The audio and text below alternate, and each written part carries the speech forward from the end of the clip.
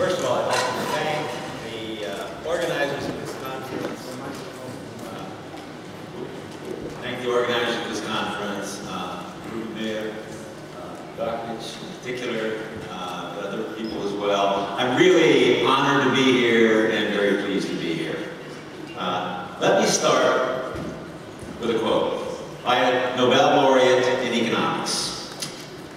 The big challenges that capitalism now faces in the contemporary world would include issues of inequality, especially that of grinding poverty in a world of unprecedented prosperity, and of public goods, that is, goods people share together, like the environment. The solution to these problems will almost certainly call for institutions that take us beyond the capitalist market economy. Here's a more recent quote.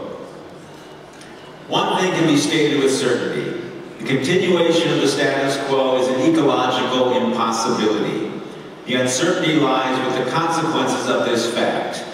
It is quite in the cards that the response will be the further retrenchment of plutocracy within countries and an ever more naked attempt by the United States, aided and abetted by a coalition of the willing, to displace the costs onto poorer countries. Whether it succeeds or fails, the result will be catastrophic.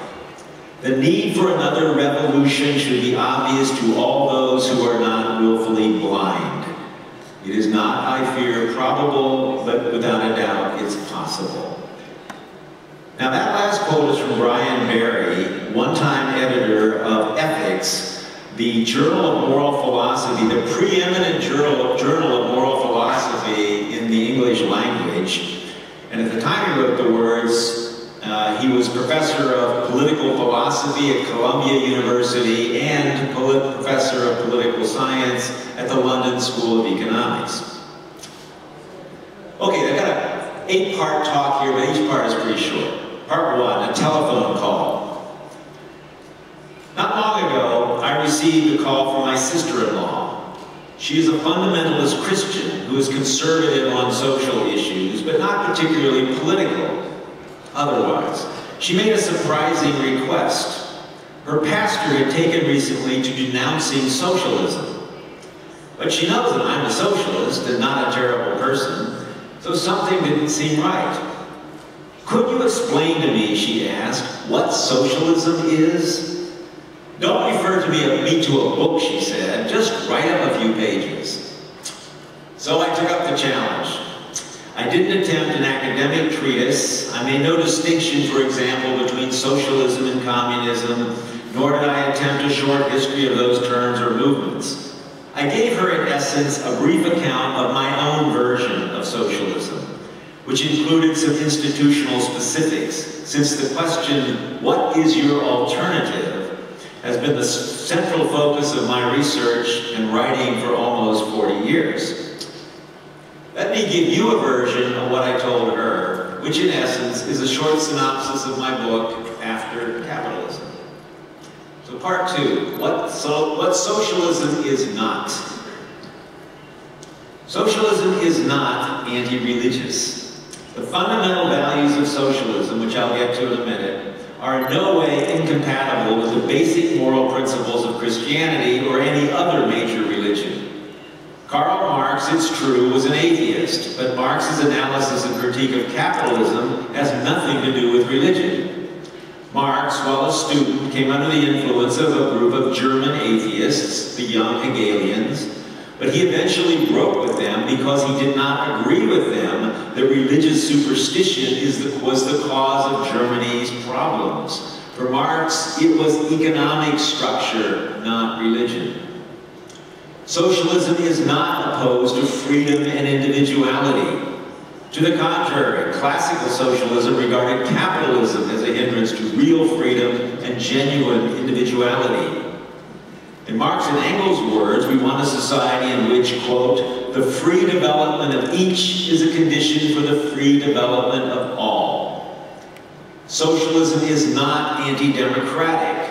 Prior to the advent of the Soviet Union, socialism was explicitly democratic. In the Communist Manifesto, for example, Marx and Engels urged workers to, quote, win the battle of democracy.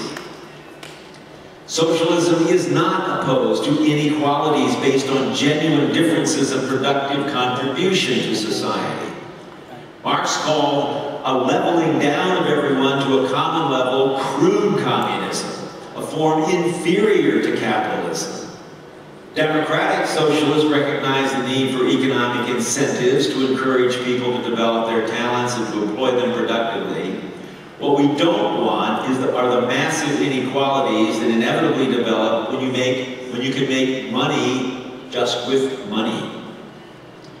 Socialism, finally, is not about the wholesale replacement of competition with cooperation.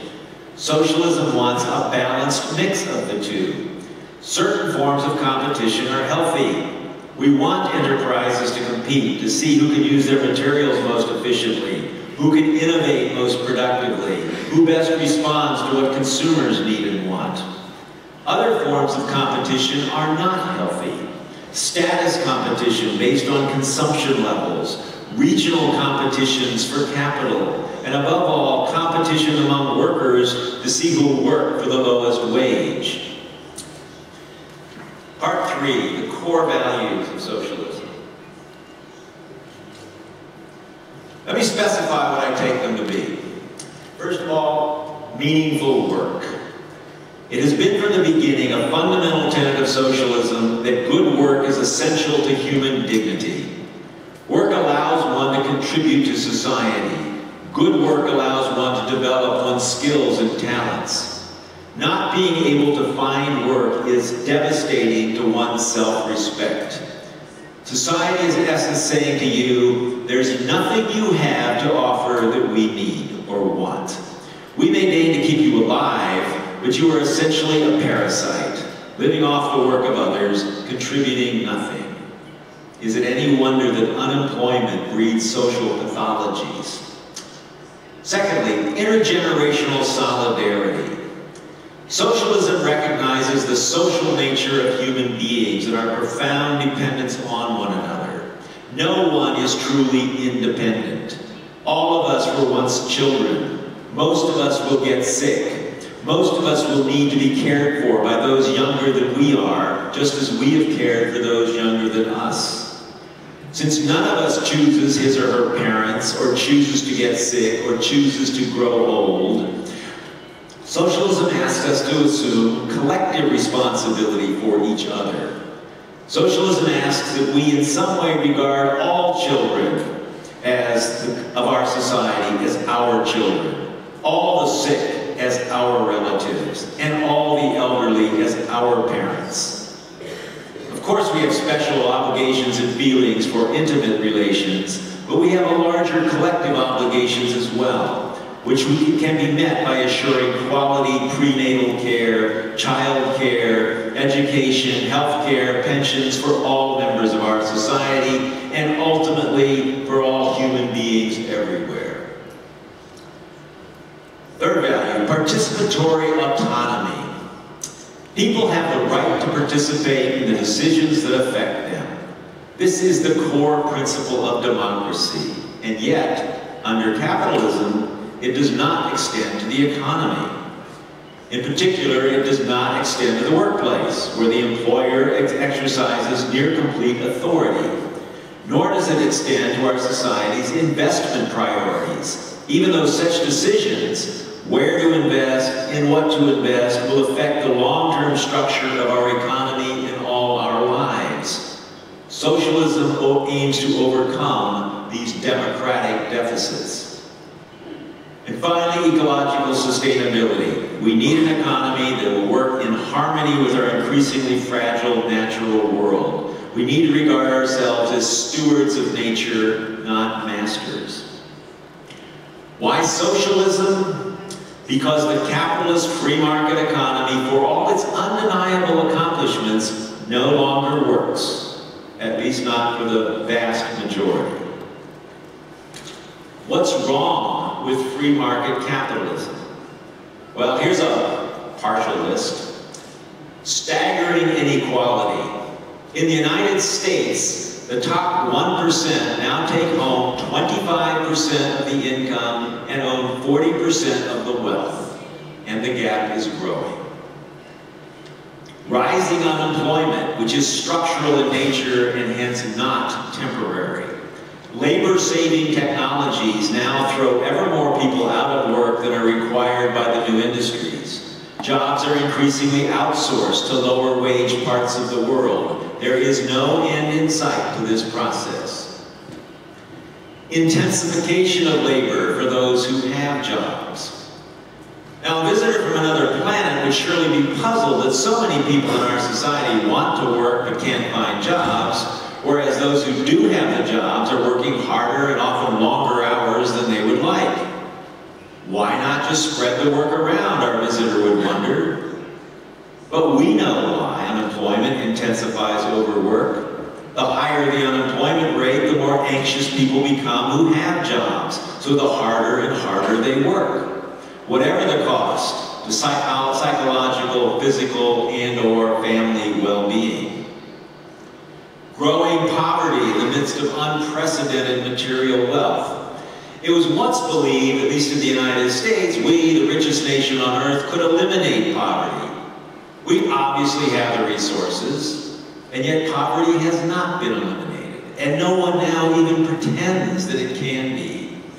In fact, it's growing, not decreasing, in rich countries and poor countries alike. Economic instability, bubbles and recessions that have nothing to do with the real economy. Our economic crises are not caused by wars or plagues or natural disasters which could disrupt the real economy of people and natural resources. Why should those mysterious financial markets have such power that they must be appeased at all cost, at whatever austerity is deemed necessary to keep them happy? They shouldn't have such power, yet, under capitalism, they do. The degradation of democracy. Is it surprising that when economic power concentrates in the hands of fewer and fewer people, political power soon does the same?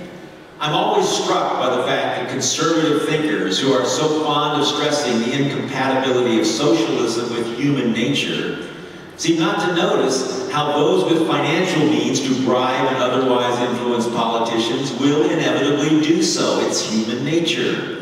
Is it a surprise that politicians do favors for those upon whose donations their political future depends? Is it any wonder that successful politicians and their financial backers oppose reforms that would undercut the very system that has worked so well to their advantage? And finally, the degradation of our natural environment. As is well known, capitalist economies must either grow or fall into recession. But as the economist Kenneth Boulding once remarked, only a madman or an economist thinks exponential growth can go on forever in a finite world. Resources are limited. Moreover, the ever-increasing consumption does not make people ever more happy. There's tons of evidence about that, and every major religious tradition has made that point. We need an economic structure that does not force us to choose between economic recession and ecological catastrophe. Does there exist a form of socialism that would preserve the strengths of competitive capitalism while at the same time eliminating or at least mitigating these possibilities? The answer is yes. A socialism that extends democracy to the economy itself. Consider the structure of free market capitalism. It consists essentially of three institutions. Markets for goods and services. Enterprises compete with one another to provide consumers what they need or want. Wage labor. In order to work, one must have access to means of production, i.e. a place to work, equipment with which to work, materials with which to work. These means of production are usually owned by people other than those who are hired to work them. People must compete for jobs, i.e. access to those means of production, and once hired, do what they are told. And thirdly, private allocation of investment funds. Private financial institutions raise money from those who have excess money and allocate it to those businesses promising the highest profitability. Let us imagine a form of socialism which we will call economic democracy, that keeps the first institution, competitive markets for goods and services, but A, replaces most wage labor by cooperative labor, and replaces those out-of-control financial markets with a democratic allocation of investment. Let us add C, the government as employer of last resort, and D, public provision of basic education, healthcare, and pensions. Thus, our new economy would be a competitive market economy with democratic workplaces, transparent public banks answerable to communities that allocate investment funds in accordance with long-term development needs, full employment, and basic human needs guaranteed. Such a socialism would be economically viable and would not suffer the massive evils of capitalism. Another world is possible, a better world. It's a form of socialism. Now, let me be more specific about several of these elements. In essence, a free market capitalist economy consists of three types of markets. We talk about a free market economy, but there's really three distinct markets out there.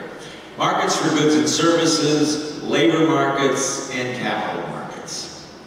Economic democracy retains the first set of markets, but replaces the latter two with more democratic institutions.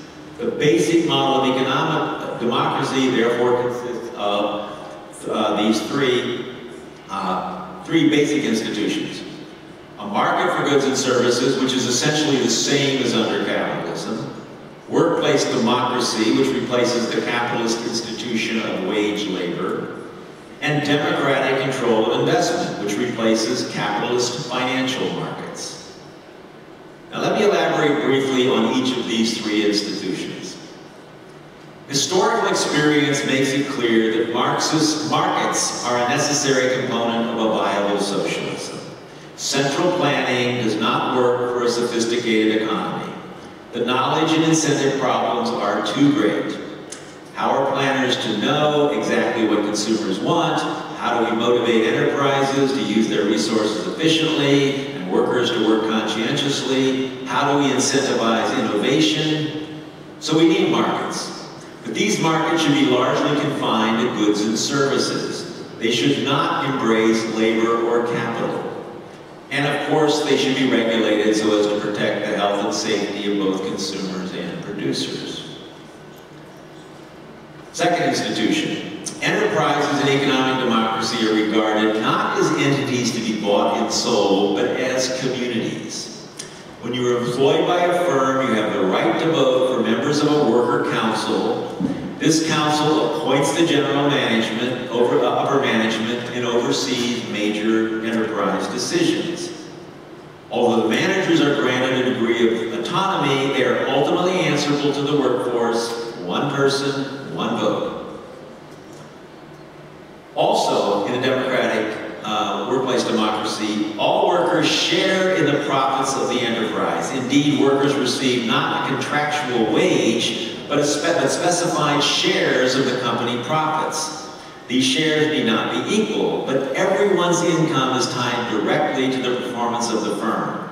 Hence, the incentive to work diligently and efficiently and see that your coworkers do the same. Finally, some sort of democratic control of investment is essential if the economy is to develop rationally. But control of investment is exceedingly difficult if the investment funds themselves are privately generated. The solution to this problem is simple. Don't rely on private investors. When you do, you become hostage to their confidence and goodwill. Generate your investment funds publicly via taxation. A capital assets tax is the best tax for that purpose. That is a flat rate property tax on businesses. The value of the capital the business controls, a flat rate tax on that, generates your investment fund. This tax is collected by the central government. These revenues constitute the National Investment Fund. All of these revenues are reinvested in the economy. They're not used for other governmental services. How are they to be allocated? Well, each region of the country gets, as a matter of right, each and every year, its fair share of the National Investment Fund, which in most cases is simply its per capita share. So if this region has X% of the population, each and every year it gets X% of the National Investment Fund. These funds then go to public banks, which then loan them out to businesses wanting to expand production or upgrade their technology, or to people wanting to start new businesses.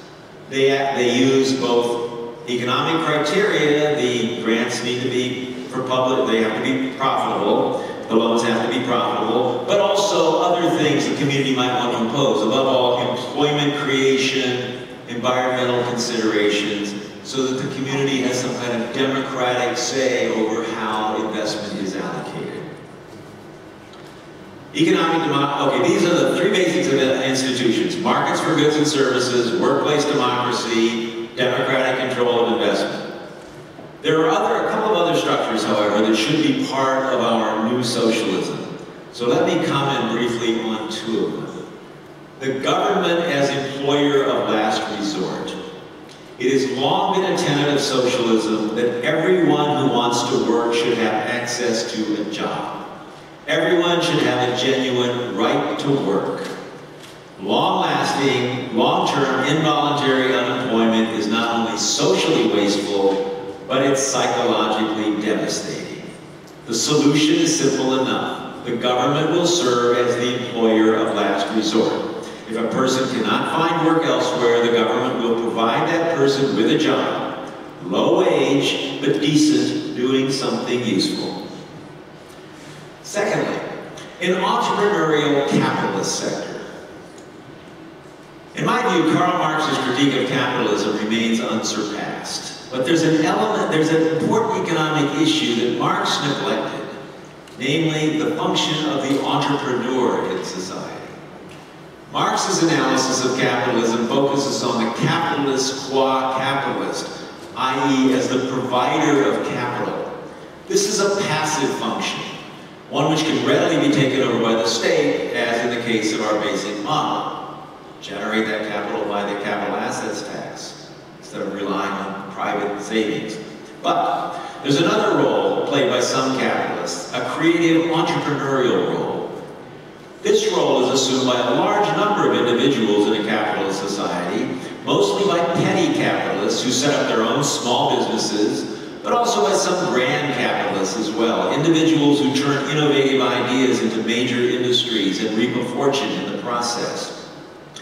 Any society that aspires to be technologically innovative and dynamic must provide incentives for this kind of initiative.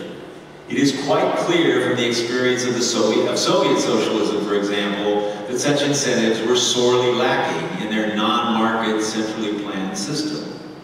So it might be well and good to have some capitalists in our socialist society. Although workplace democracy should be the norm throughout society, we need to demand that all businesses conform to this norm. The petty capitalist, after all, works hard. He's anything but a parasite. It takes energy, initiative, and intelligence to run small business. These small businesses provide jobs for large numbers of people and goods and services for even more. Petty capitalists may provide important services to society, but they do not provide much in the way of technological or organizational innovation. There's also an honorable role to play in a socialist society for entrepreneurial capitalists who operate on a grander scale. Such an entrepreneurial capitalist class need not pose a serious threat to a society in which democratic workplaces are predominant.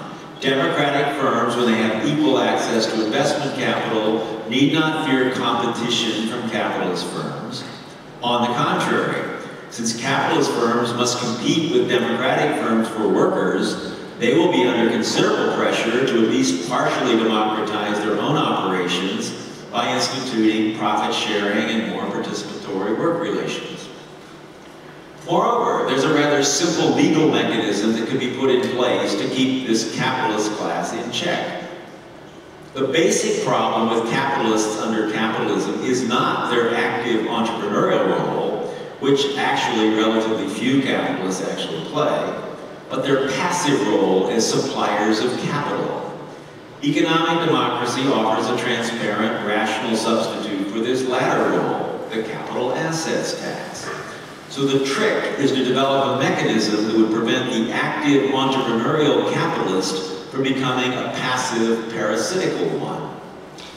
Such a mechanism is easy enough to envisage. A simple two-part law stipulating that A, an enterprise developed by an entrepreneurial capitalist can be sold at any time, but only to the state, for a sum equal to the value of the assets upon which the capital assets tax is paid. And B, the enterprise must be sold when the owner retires or dies. When the state purchases an enterprise, it then turns the enterprise over to the workers to be run democratically. Thus, the entrepreneurial capitalist serves two socially useful, honorable functions. They are a source of innovation and an incubator of new democratic enterprises. Entrepreneurial capitalists have a significant role to play in our democratic socialist society. Conclusion. I argue at length in my book, After Capitalism, that economic democracy is preferable to capitalism across a wide array of economic and non-economic values. Economic democracy would not only be efficient and innovative, but it would be vastly more egalitarian than capitalism, less plagued by unemployment, indeed we can eliminate unemployment, less prone to fostering overwork, better able to address both domestic and global poverty, more stable, none of those financial institutions out there, far better situated to deal with problems of environmental degradation, and much more democratic. The fact of the matter is, if we're going to flourish as a species, which is within our material capabilities, the fundamental institutions of the existing order must be transformed. As the opening quotes of this presentation illustrate, this is becoming clear even to a few mainstream thinkers. Let me close with a couple more quotes. Here's one of my favorite from the great Indian novelist, essayist, social critic, Arundhati Roy. "The time has come," the walrus said. "Perhaps things will get worse than better. Perhaps there's a small God up in heaven readying herself for us. Another world is not only possible, she's on her way. Maybe many of us won't be here to greet her, but on a quiet day, if I listen very carefully, I can hear her breathing." Now, I'd like to end on this hopeful note, but here's a poem I came across recently by the novelist and essayist Kurt Vonnegut, the author of, among other things, the novel Slaughterhouse-Five, a novel that electrified my generation with its account based on first-hand experience of the firebombing of Dresden by British and American forces. The poem concludes his final book, published shortly before his death 4 years ago, 2007. It's not a happy poem. It's entitled Requiem. "The crucified planet Earth, should it find a voice and a sense of irony, might well now say of our abuse of it, 'Forgive them, Father, they know not what they do.' The irony would be that we know what we are doing. When the last living thing has died on account of us, how poetical it would be if the earth would say, in a voice floating up, perhaps from the floor of the Grand Canyon, 'It is done. People did not like it here.'" Here's kind of an illustration. This is the cover of the New Yorker, a very mainstream magazine, published just a couple of weeks ago. The ship is going down. A few people remaining, and they're not going to last long. The stakes are very high. One final quote from a person that's apparently not talked much about in this country. The philosophers have interpreted the world in various ways. The point, however, is to change it. Thank you.